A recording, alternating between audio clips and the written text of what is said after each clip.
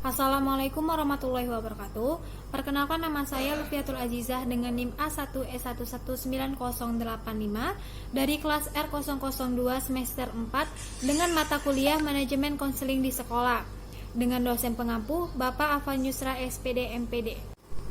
Baiklah, pada kesempatan kali ini saya akan menjelaskan sedikit tentang prosedur penyusunan program BK komprehensif. Yang pertama ada capaian pembelajaran mata kegiatan. Selesai mempelajari modul ini, mahasiswa mampu mengelola, merancang, menyusun, mengorganisasi, melaksanakan, memonitor, dan mengevaluasi program bimbingan dan konseling yang komprehensif, memandirikan, dan berwawasan perkembangan yang bersifat pencegahan, pengembangan, pemulihan, dan pemeliharaan pada jenis, jalur, dan jenjang satuan pendidikan. Yang B, sub capaian pembelajaran mata kegiatan. Yang pertama, mampu menyusun perencanaan program bimbingan dan konseling yang berkelanjutan berdasarkan kebutuhan peserta didik secara komprehensif dengan pendekatan perkembangan. Yang kedua, mampu melaksanakan program bimbingan dan konseling komprehensif dengan pendekatan kolaboratif dan memfasilitasi akademik, karir, personal, dan sosial konseling. Yang ketiga, mampu mengelola sarana dan biaya penyelenggaraan program bimbingan dan konseling. Yang keempat, mampu menyusun merencana pelaksanaan program dan pelayanan bimbingan dan konseling. Selanjutnya ada perencanaan program. Penyusunan program bimbingan dan konseling di sekolah atau madrasah dimulai dari kegiatan asesmen atau kegiatan mengidentifikasi aspek-aspek yang dijadikan bahan masukan bagi penyusunan program tersebut. Kegiatan asesmen ini meliputi asesmen lingkungan yang berkaitan dengan kegiatan mengidentifikasi harapan sekolah atau madrasah dengan masyarakat, orang tua peserta didik, sarana dan prasarana pendukung program bimbingan, kondisi dan kualifikasi konselor, dan kebijakan pimpinan sekolah atau madrasah. Selanjutnya ada asesmen kebutuhan atau masalah peserta didik yang menyangkut karakteristik peserta didik seperti aspek-aspek fisik, kesehatan, dan keberfungsiannya, kecerdasan, motif belajar, dan sikap atau kebiasaan belajar, minat-minatnya, pekerjaan, jurusan, olahraga, seni, dan keagamaan, masalah-masalah yang dialami, dan kepribadian atau tugas-tugas perkembangannya. Sebagai landasan untuk memberikan pelayanan bimbingan dan konseling, program bimbingan dan konseling di sekolah atau madrasah dapat disusun secara makro untuk 3 sampai dengan 5 tahun, meso 1 tahun, dan mikro sebagai kegiatan operasional dan untuk memfasilitasi kebutuhan-kebutuhan khusus. Selanjutnya ada perencanaan program. Yang pertama ada rasional, rumusan dasar pemikiran tentang urgensi BK dalam keseluruhan program sekolah atau madrasah ini. Ke dalam rumusan ini dapat menyangkut konsep dasar yang digunakan, kaitan bimbingan dan konseling dengan pembelajaran atau implementasi kurikulum, dampak perkembangan iptek dan sosial budaya terhadap gaya hidup masyarakat, termasuk peserta didik dan hal-hal lainnya yang dianggap relevan. Selanjutnya ada dasar hukum. Dasar hukum yang dicantumkan adalah dasar hukum yang menjadikan landasan penyelenggaraan bimbingan dan konseling yang meliputi dasar hukum tingkat pemerintah, daerah, hingga satuan pendidikan. Yang pertama ada Undang-Undang Republik Indonesia Nomor 20 Tahun 2003 tentang Sistem Pendidikan Nasional.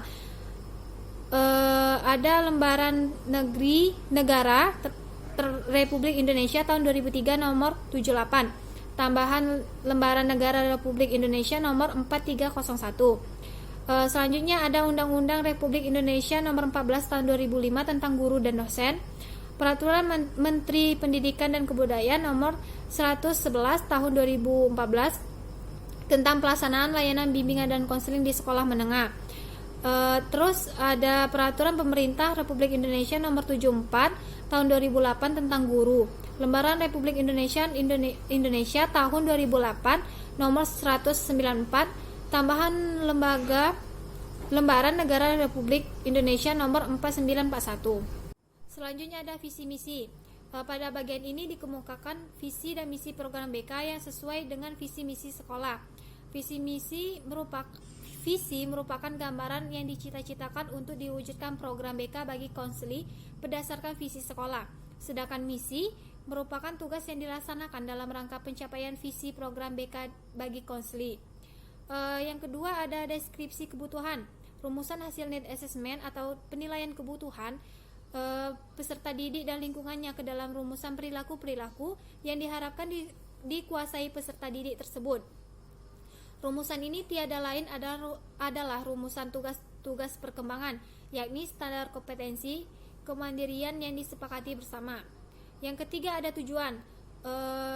Tujuan yang akan dicapai dalam bentuk perilaku yang harus dikuasai peserta didik setelah memperoleh pelayanan BK, yaitu perumusan tujuan BK dapat merujuk pada SKKPD.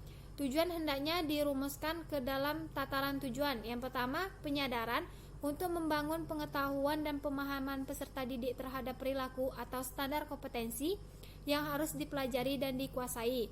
Yang kedua ada akomodasi untuk membangun pemaknaan,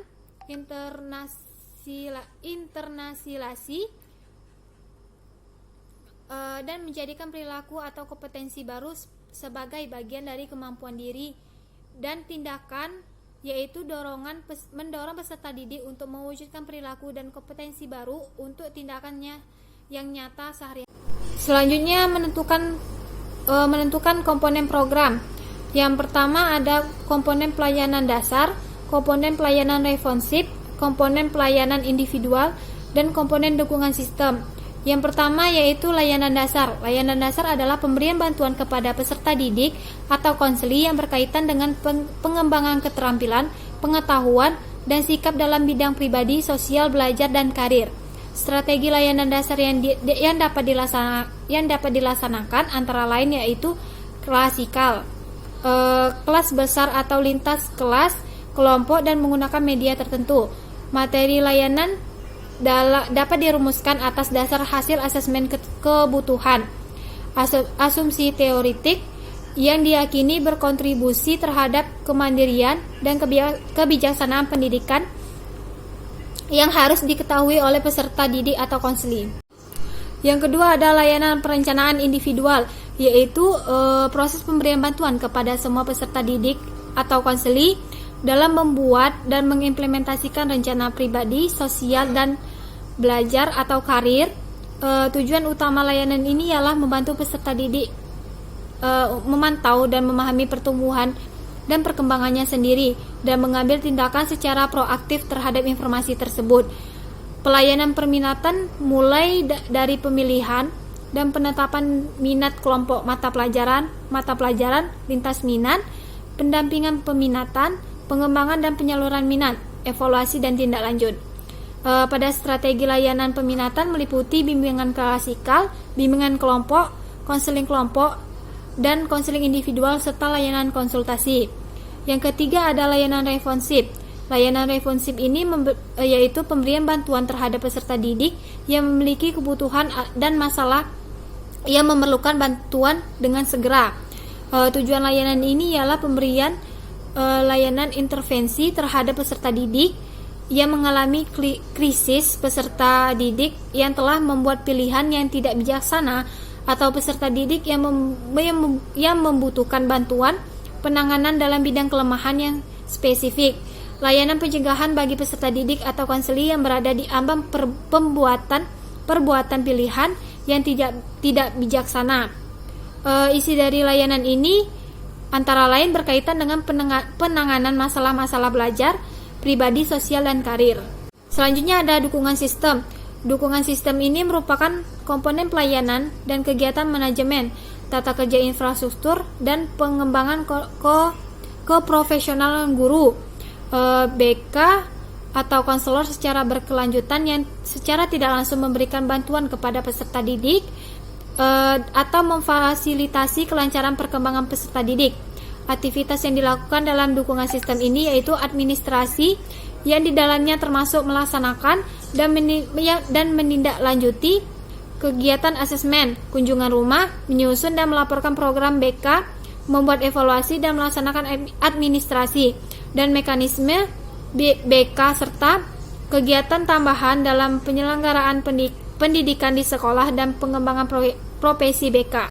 Selanjutnya ada bidang layanan. Yang pertama bimbingan dan konseling pribadi, yaitu proses pemberian bantuan guru BK kepada peserta didik untuk memahami, menerima, mengarahkan, mengambil keputusan, dan merealisasikan keputusannya secara bertanggung jawab tentang perkembangan aspek pribadinya, sehingga dalam mencapai perkembangan pribadi yang optimal dan mencapai kemandirian, kebahagiaan, kesejahteraan, dan keselamatan dalam kehidupannya. Pada aspek perkembangan ini, peserta didik dikembangkan meliputi memahami potensi diri dan memahami kelebihan dan kelemahannya baik kondisi fisik maupun psikis, mengembangkan potensi untuk mencapai kesuksesan dalam hidupnya, menerima kelemahan kondisi diri dan mengatasinya secara baik, mencapai keselarasan perkembangan antara cipta rasa karsa, mencapai kematangan atau kedewasaan cipta rasa karsa secara tepat dalam kehidupannya sesuai nilai luhur, dan mengaktualisasikan dirinya sesuai dengan potensi diri secara optimal berdasarkan nilai-nilai luhur budaya dan agama.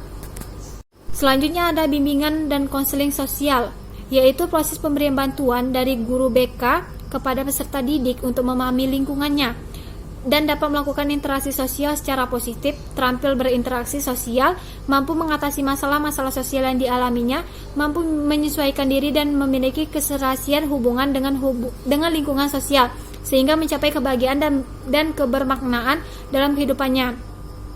Aspek perkembangan peserta didik yang dikembangkan meliputi berempati terhadap kondisi orang lain, memahami keragaman latar sosial budaya, menghormati dan menghargai orang lain, menyesuaikan dengan nilai dan norma yang berlaku.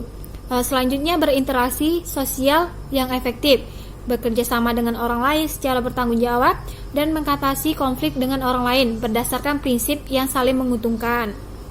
Yang ketiga ada bimbingan dan konseling belajar, yaitu proses pemberian bantuan kepada peserta didik, antara lain adalah mengenali potensi diri untuk belajar, memiliki sikap dan keterampilan belajar, terampil merencanakan pendidikan, memiliki kesiapan menghadapi ujian, memiliki kebiasaan belajar teratur, dan mencapai hasil belajar secara optimal sehingga dapat mencapai kesuksesan, kesejahteraan, dan kebahagiaan dalam kehidupannya.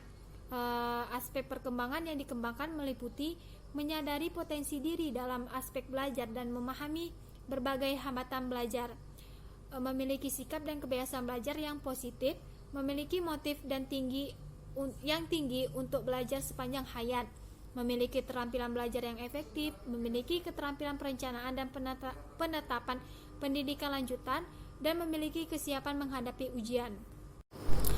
Selanjutnya ada bimbingan dan konseling karir, yaitu proses pemberian bantuan guru BK kepada peserta didik untuk memahami pertumbuhan, perkembangan, eksplorasi, aspirasi, dan pengambilan keputusan karir sepanjang rentang hidupnya secara rasional dan realistis berdasarkan informasi potensi diri dan melihat kesempatan yang tersedia di lingkungan hidupnya untuk mencapai kesuksesan dalam kehidupannya.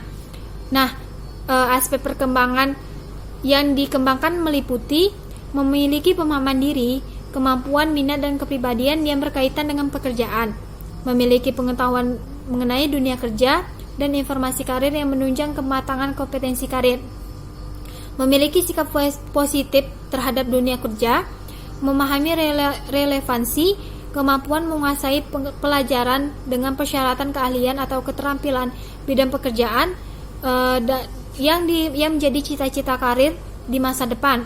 Yang terakhir, memiliki kemampuan untuk membentuk identitas karir dengan cara mengenali ciri-ciri pekerjaan, persyaratan kemampuan yang dituntut, lingkungan sosio-psikologis pekerjaan, dan prospek kerja dan kesejahteraan kerja. Yang terakhir ada rencana operasional atau extension plan, yaitu diperlukan untuk menjamin peluncuran program BK dapat dilaksanakan secara efektif dan efisien. Rencana kegiatan adalah uraian detail dari program yang menggambarkan struktur program, baik kegiatan di sekolah ataupun di madrasah maupun luar madrasah atau sekolah, untuk memfasilitasi peserta didik mencapai tugas perkembangan atau kompetensi tertentu. Rencana kegiatan BK terdiri dari beberapa komponen. Yang pertama, bidang layanan berisi tentang bidang layanan BK. Tujuan layanan berisi tentang tujuan yang dicapai yang berbasis hasil asesmen, tugas perkembangan atau standar kompetensi kemandirian siswa. Komponen layanan yang terdiri dari 4 komponen, yaitu layanan dasar, layanan responsif, layanan perminatan dan perencanaan individual. Yang terakhir ada dukungan sistem.